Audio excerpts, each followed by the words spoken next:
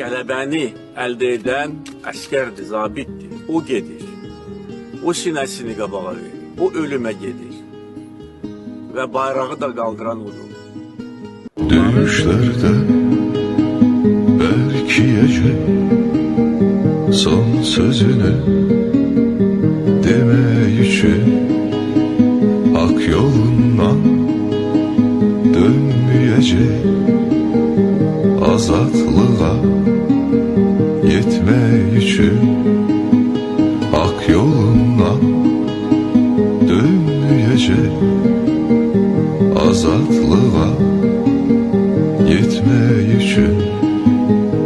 Əskər vətən əmanəti, yurd əmanəti, əskər ocaq əmanəti, od əmanəti, əskər vətən əmanəti, yurd əmanəti, əskər ocaq əmanəti, od əmanəti.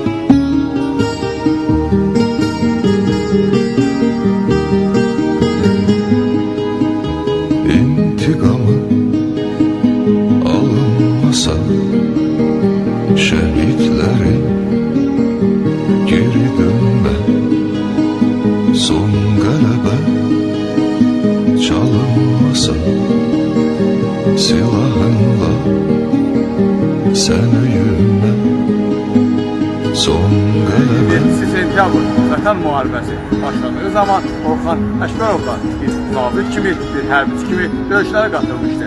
İkisi oktyabr 2020-ci ildə qəhrəmancasına şəhid olmuşdur. Biz də Əskər vətən əmanəti, yurd əmanəti, əskər ocaq əmanəti, od əmanəti, əskər vətən əmanəti, yurd əmanəti, əskər ocaq əmanəti, od əmanəti.